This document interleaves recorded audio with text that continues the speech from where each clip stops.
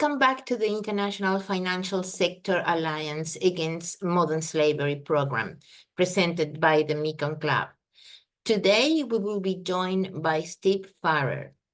Since 2015, Mr. Farrer has focused on the fight against human trafficking and modern slavery, one of the largest crimes by revenue, leveraging his former banking sector and law enforcement experience.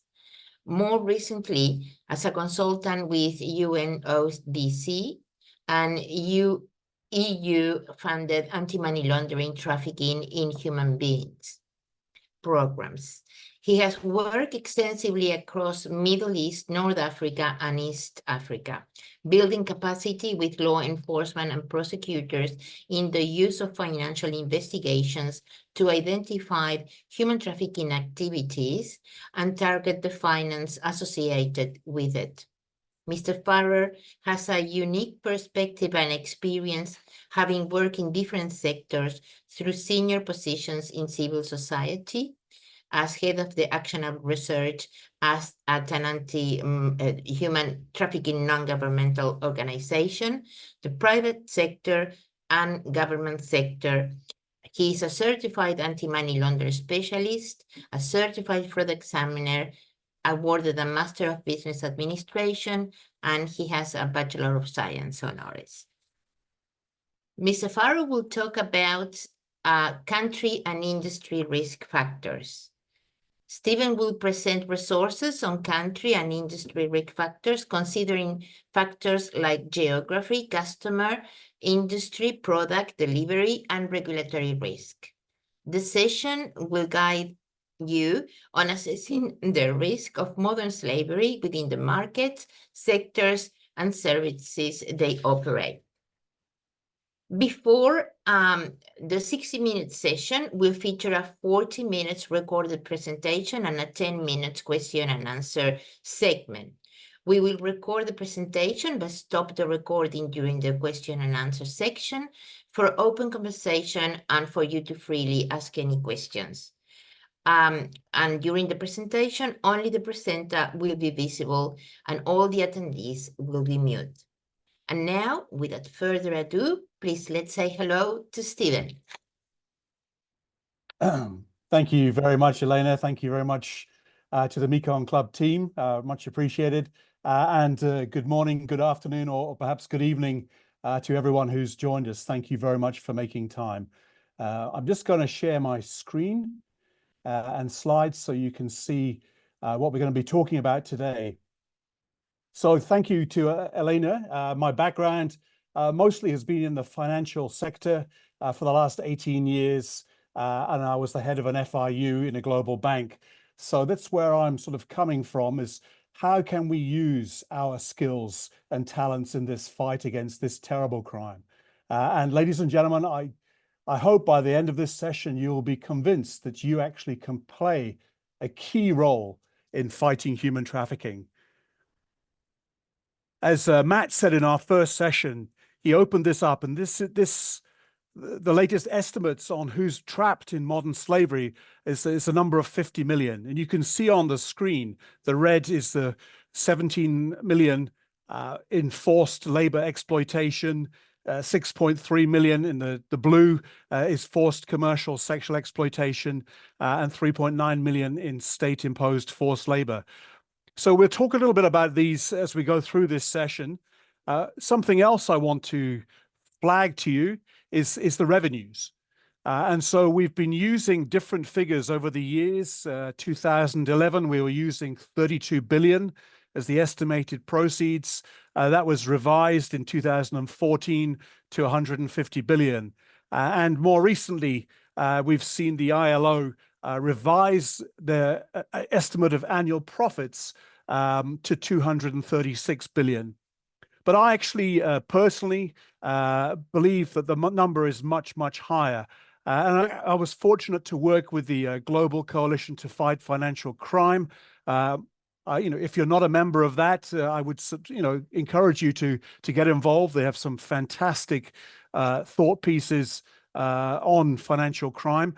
But when I talked to the chair and other experts, we put together a figure there where we think something around nearly 500 billion is the proceeds from human trafficking. And the difference here is the ILO used profits, and we're talking about proceeds.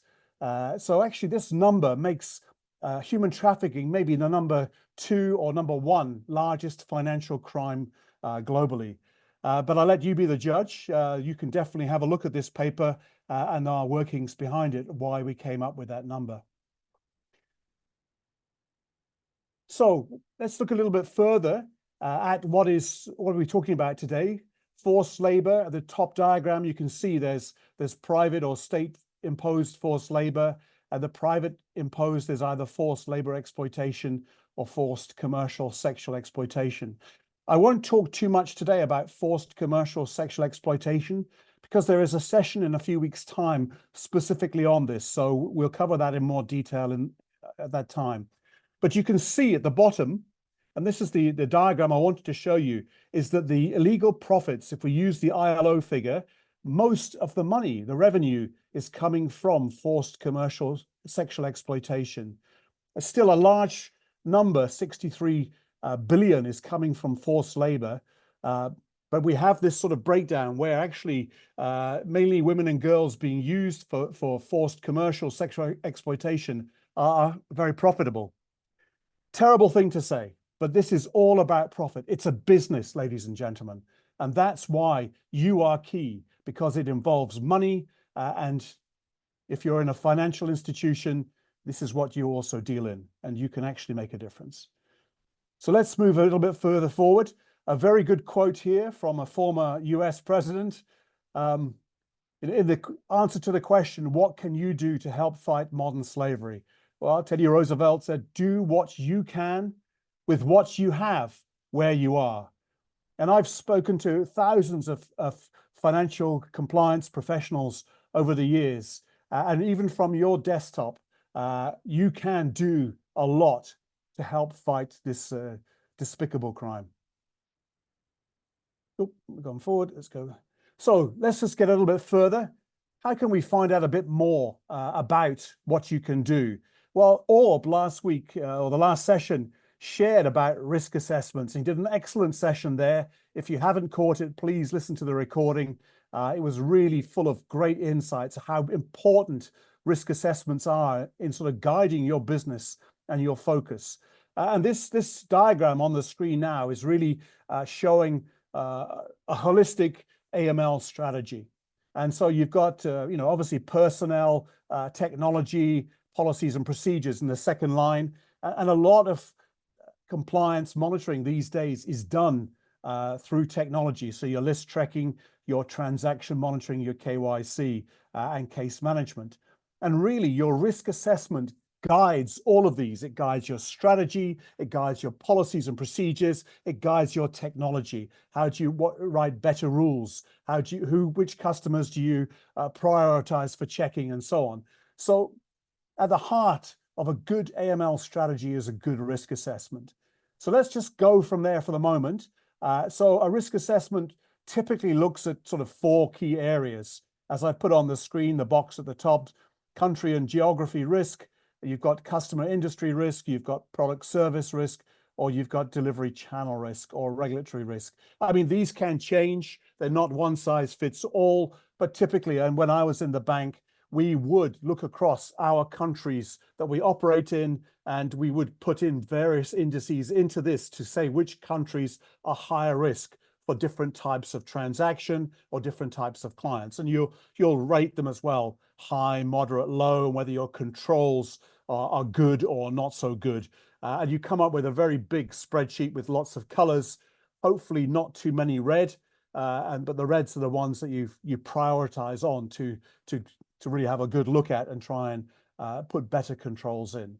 So I'm not going to teach about risk assessments. I'm just giving you the flavor, because today what we're talking about is, are there some things that you can bake into this process that are telling you about risk of human trafficking? And hopefully I can show you in the next 30-40 minutes of what you can do straight after this session to actually take some of these and start baking them in so that it's not just about what you know, but you can actually bake them into your organization's risk model. And that carries on, and they get updated every year, and it's sort of living and breathing and growing with you. So a long time ago, when I worked in the financial sector, we would look at human trafficking in a sort of 3x3 matrix, which is on the right. Really, you're looking at each country. Are they a source, transit, or destination for people, product, and finance? And the questions we would ask are the ones in the boxes on the left-hand side. Just using people as an example, were people sourced in this country for human trafficking, or did they transit through? Is your airport a major hub for flights going through to somewhere else? Or were people brought in from other countries into your country? Of course, trafficking can be within a country. They could be moving around across state lines as well. So it's not just country level. And the same sort of logic applies for product. But the key one, which people tend not to look at, is the finance. So were you, as a financial institution, were you funding activities either in your own country or elsewhere that could be actually investing into human trafficking? Or did money from human trafficking flow through you as part of correspondent banking or clearing or some sort of settlement? Or were funds from human trafficking brought into your bank, into your country, or the country you're looking at? So these are the key things you need to bear in mind. How can you get better visibility into this matrix? So we'll start with country and geography risk.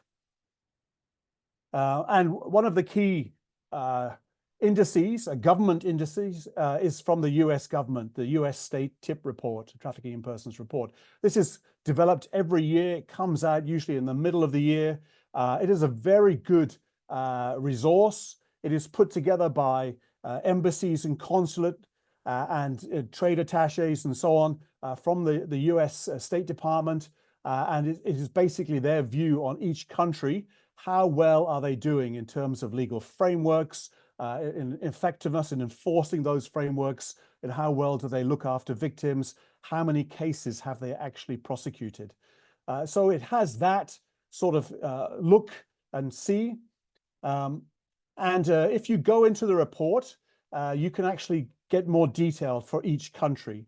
And I want to briefly spend a little bit of time to explain this. So this is the 2023 report. The 2024 has been published, but not in PDF.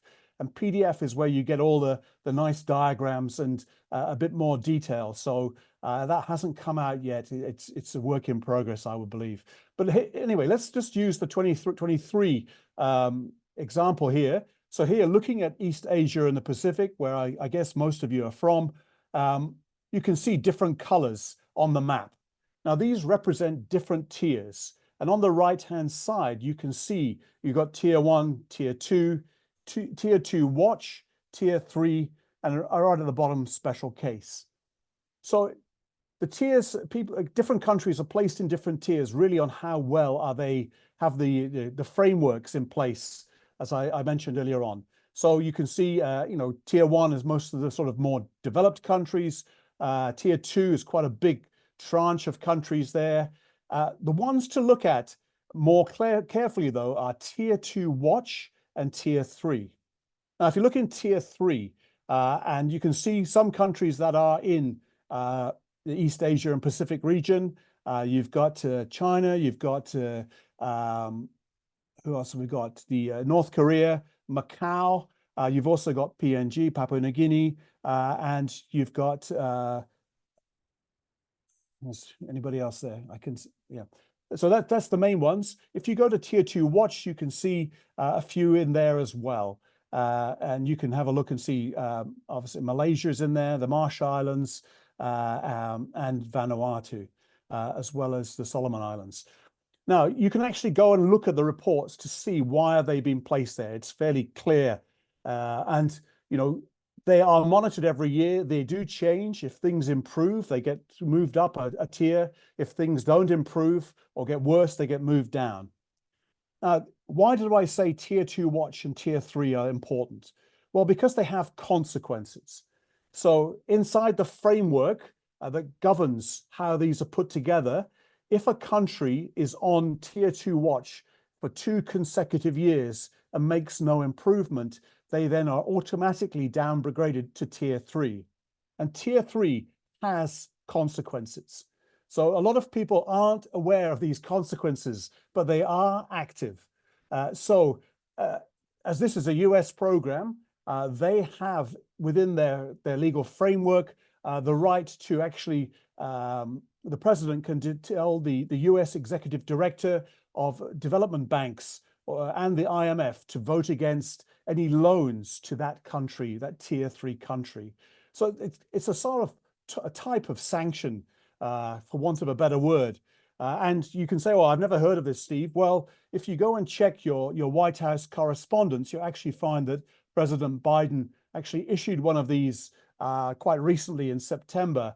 And you can see, if you go and have a look, the countries that are mentioned, that he's invoked this principle, that the development banks, so like Asia Development Bank and other development banks, the US position will be to block any loans going to the countries on tier 3, as they've cited in the presidential determination.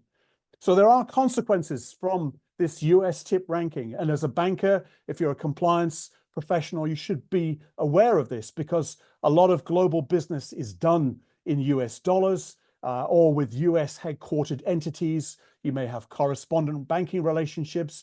You may be using or issuing US credit cards like MasterCard or Visa or Amex.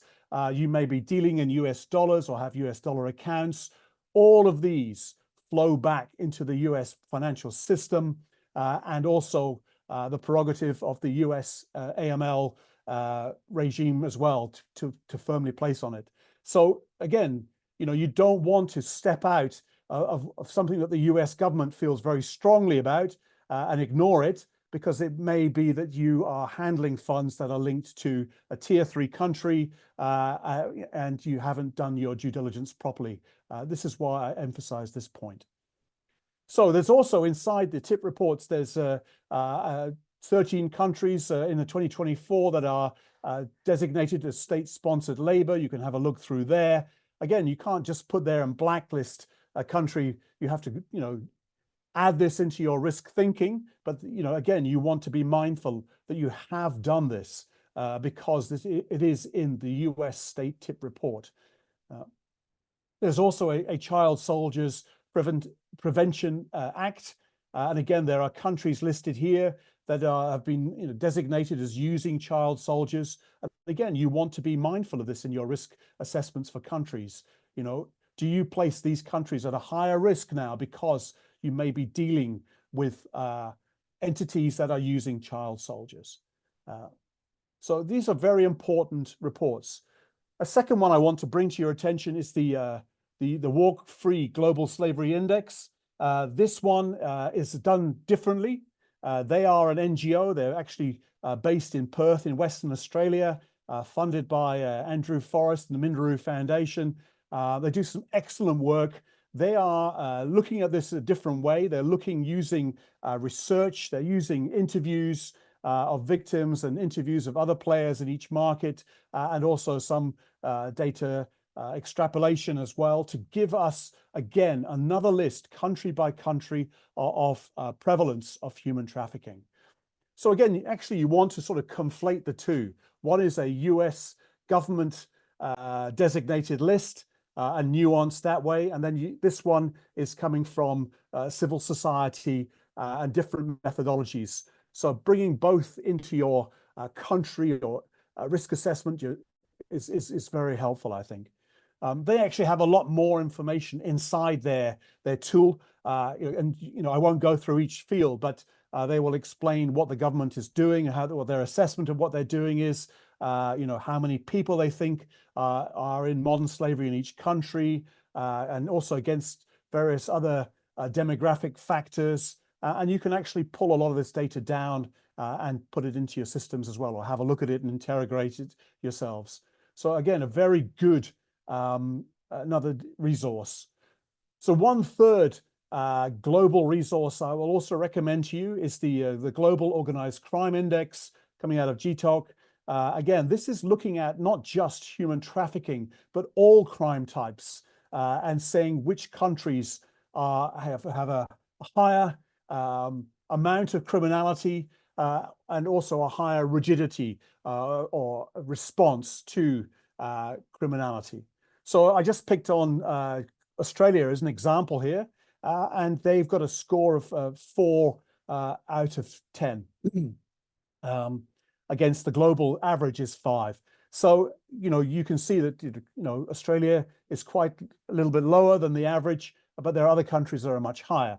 And you can also click through the tool online and actually choose different types of crime type that you want to know, how do they assess each country. So here I've chosen on human trafficking on the left-hand side, and on the right-hand side, I've chosen just to click on Papua New Guinea, and they give us a score of 7 out of 10 for human trafficking in PNG. So again, a higher risk. There's obviously an underlying issue there, and you can actually look through the data and see why does OC index rate PNG at 7. And again, something helpful, because when I was doing risk assessments, you can't just kind of put your finger in the air and go, well, I'll call this country X. You've got to have a basis for that, of why you're going to risk it higher, especially if it's against sort of a business interests. They want to push it lower, but you've got to say, well, I'm using, the US State Department's list. I'm using the Walk Free Global Slavery Index. I'm using the OC Index, and they give me some strong risk indicators here that human trafficking is prevalent in this country, and we should therefore raise its risk rating accordingly. That's the sort of basis that I would use it for, and I would suggest it's worth a look for yourselves. So I've talked about indices. Now, there isn't, sadly, a one-size-fits-all or one database that does all this. There is no silver bullet solution.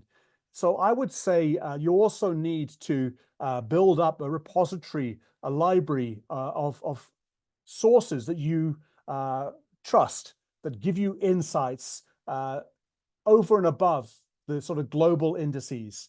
And here I find there are a lot of reports put out by the Mekong Club, but also other NGOs. I've cited one here, Humanity Research Consultancy as well.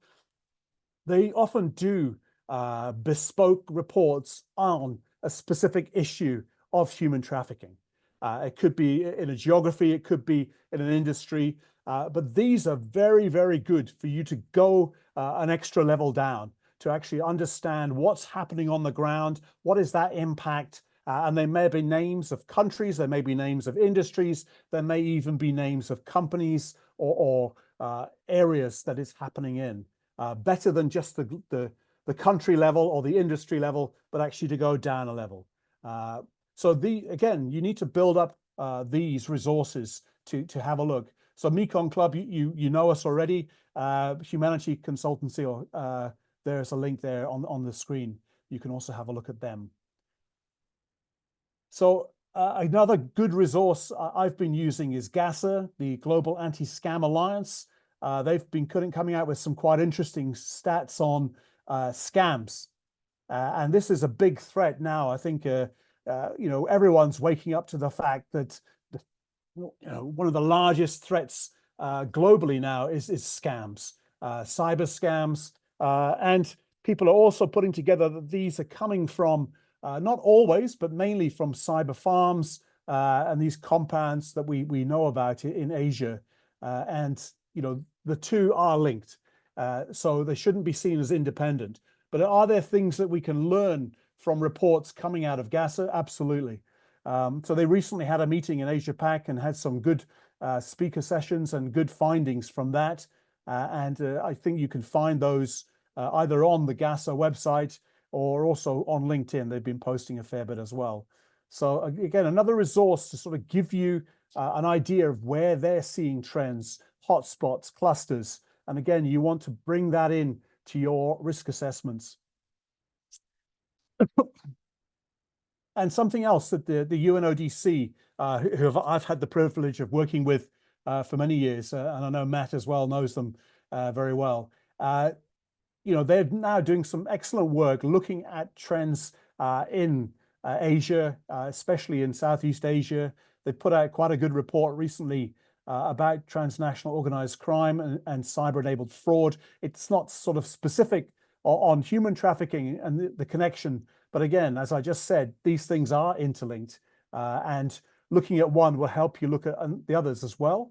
But I just found a very interesting statistic here that deep fake growth is growing in the region quite significantly. So if you're a fintech relying on screenshots and photos of IDs and videos, perhaps the days of doing that and trusting it, you may want to rethink that, because it could be a slight problem with this sort of prevalence of deep fakes. Anyway, sorry, time is limited. I've got quite a few slides, so I'm just going to move on.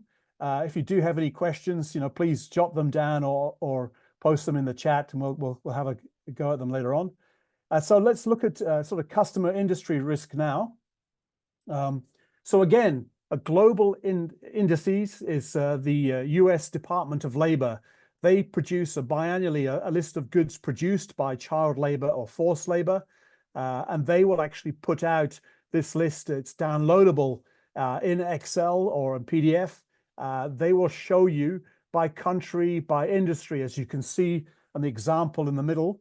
The top one is Brazil here, and the Akeberries, the involvement of child labor. It's done alphabetically, I think, on which good, but you can change it by country or type. And you can see in the bottom list by numbers, a lot of them are in agriculture, manufacturing, mining, and quarrying. So it's a very, very good resource to help you get a sense of which industries in which countries are higher risk. So again, you blend this in with your risk assessment by countries, and now you have a risk assessment by industry. So the two are actually conflating together to give you a much better understanding of risk of involving human trafficking or child labor or forced labor. The EU is also proposing to build a forced labor register, and I want to thank Orb for sending me the link to this last week.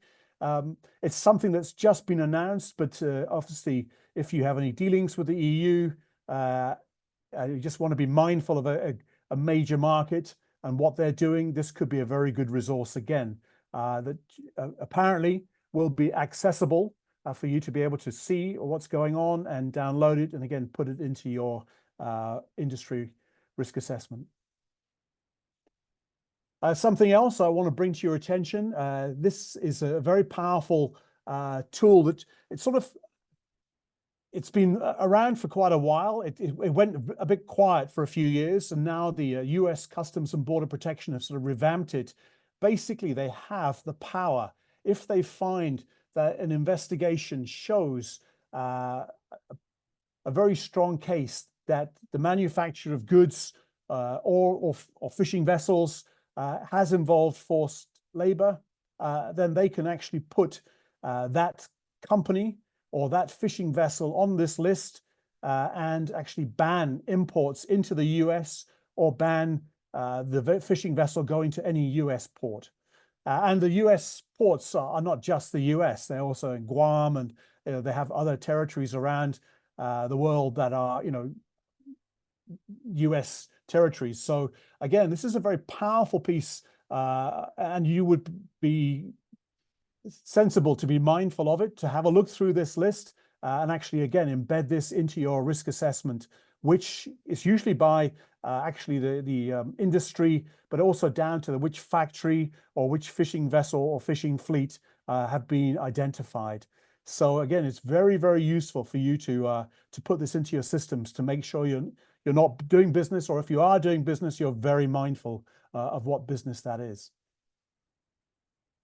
Again, you now need to also sort of build up a repository of bespoke reports.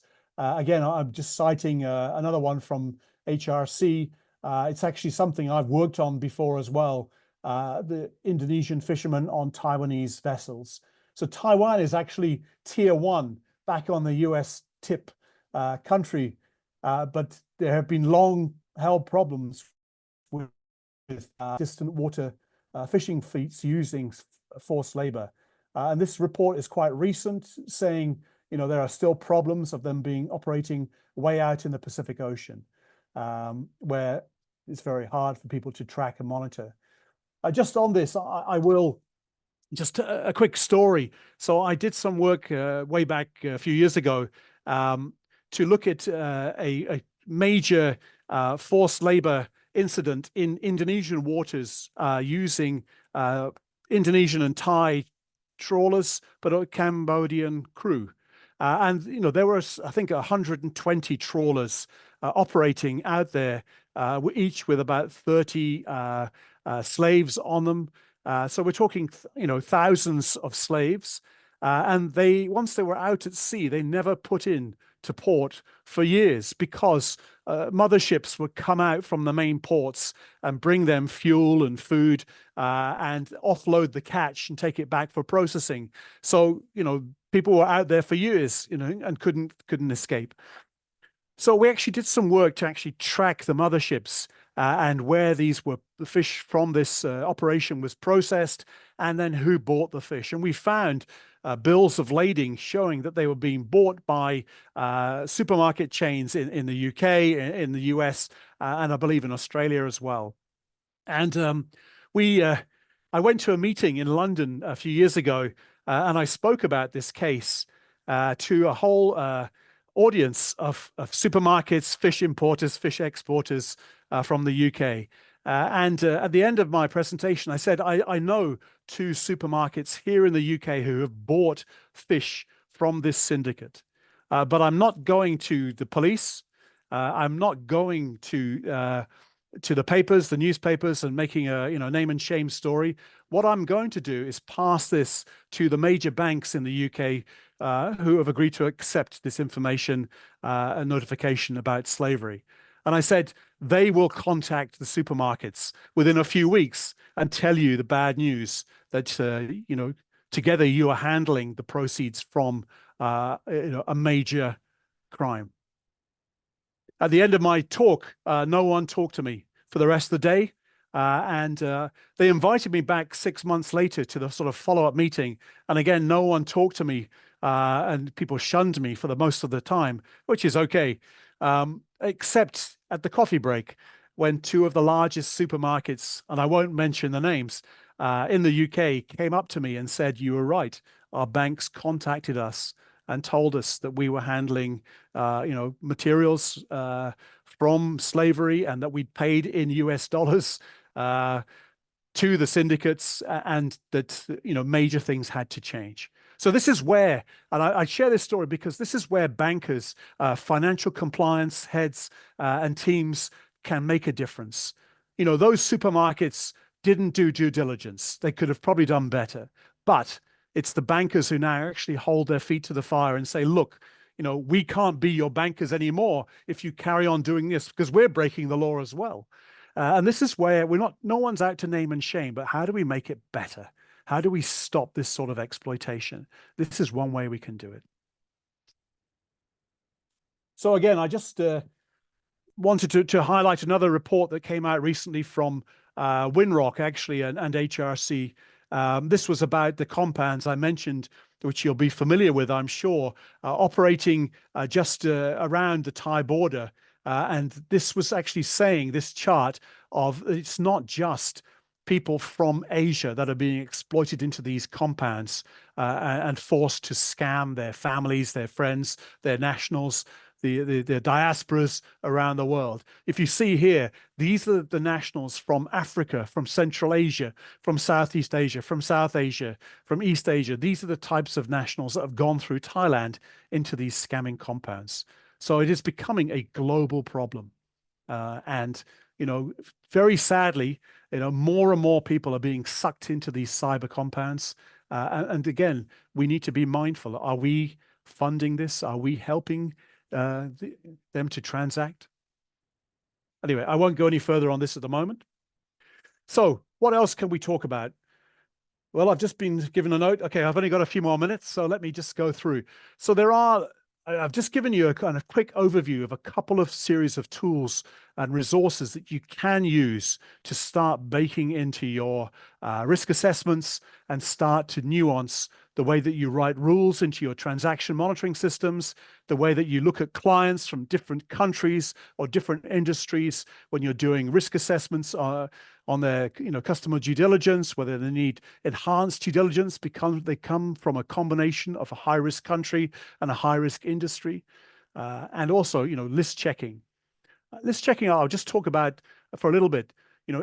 When I was in the bank, we would be using a number of mainstream third-party databases, the World Checks, the Dow Jones Factivas, the World Compliance, the RDCs. There are many out there. I just give a selection there.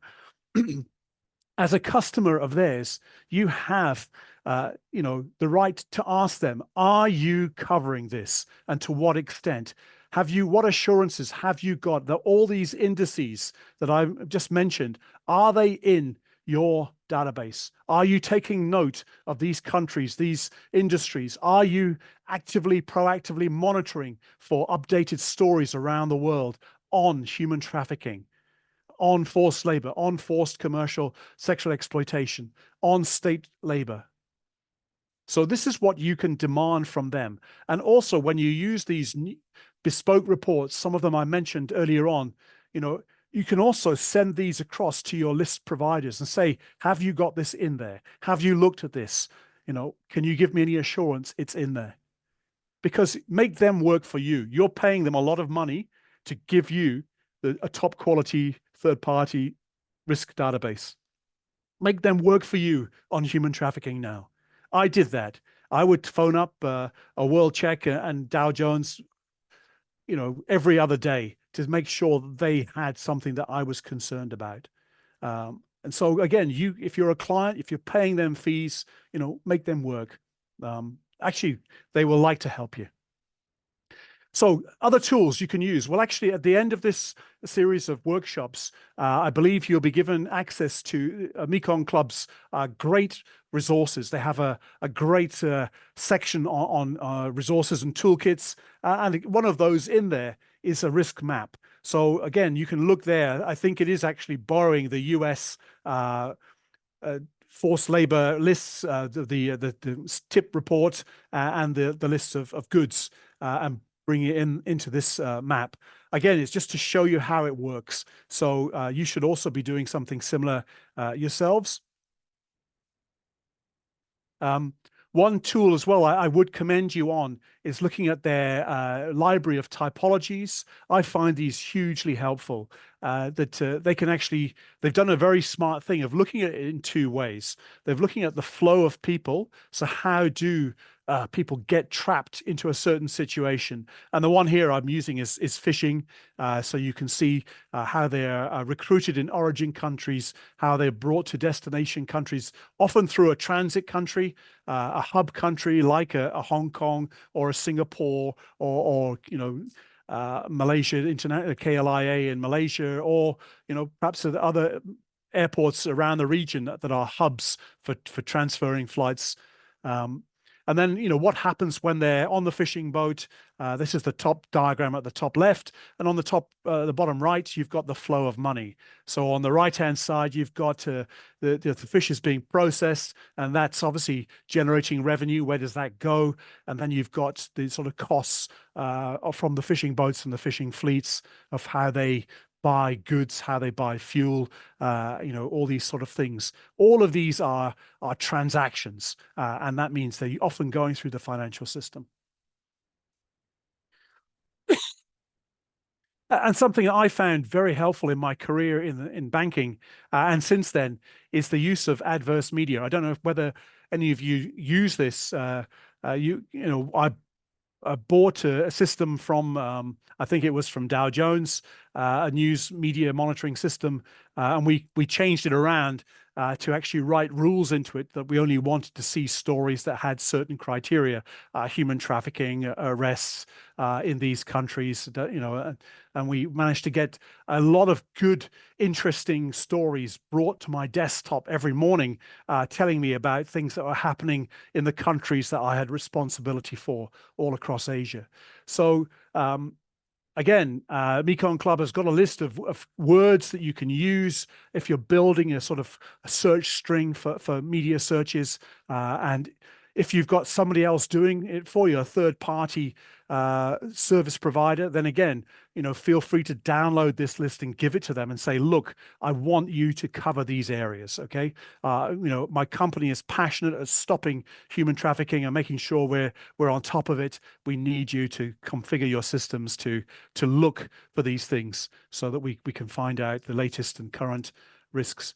I found it very, very helpful. And I was quite surprised in what it taught me about what you can find in the media that wasn't being sort of found in the mainstream global indices and wasn't being found in some of the databases.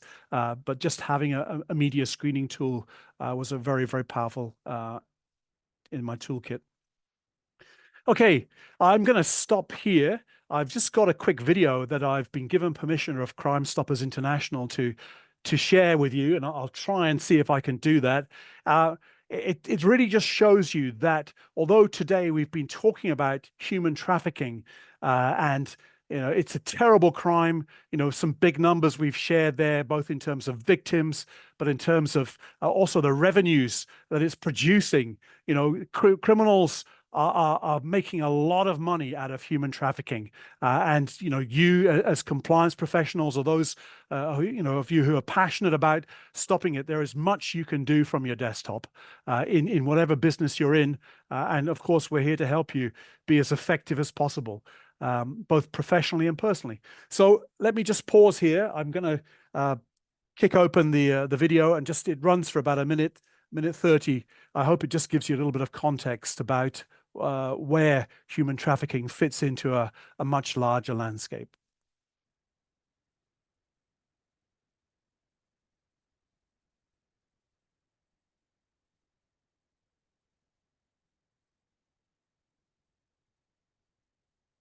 Excuse me 1 second while I just change this around.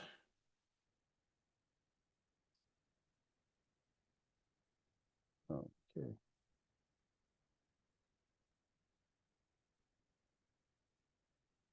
Yeah. Okay. Let me just do that.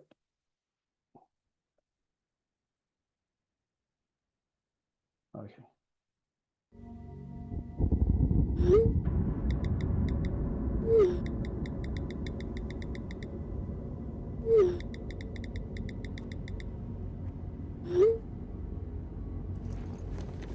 I made the fake bag. I'm forced to work on a sewing machine for 16 hours a day. I used the money from selling the fake bags to buy real drugs and real guns, and containers full of fake cigarettes. I fill up the empty containers with sex slaves for the return journey. I was taken from my family and sold. I'm chained to a bed for 14 hours a day. I just want to go home.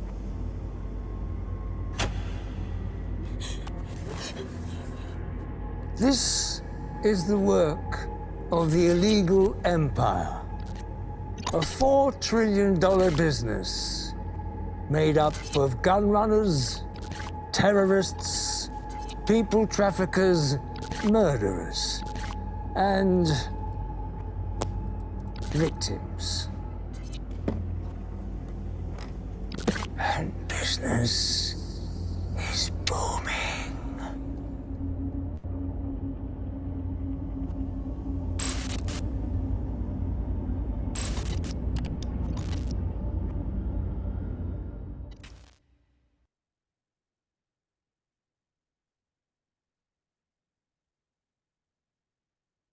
So, ladies and gents, I just share that because it puts it in context. I believe that human trafficking is a core part, very sadly, of the illegal empire, the criminal empire. It is linked to many other crimes, but it is somewhere where criminals can see they can make an awful lot of money, and there isn't the same resources perhaps being designated and devoted to fighting human trafficking as other types of crimes that are shown here.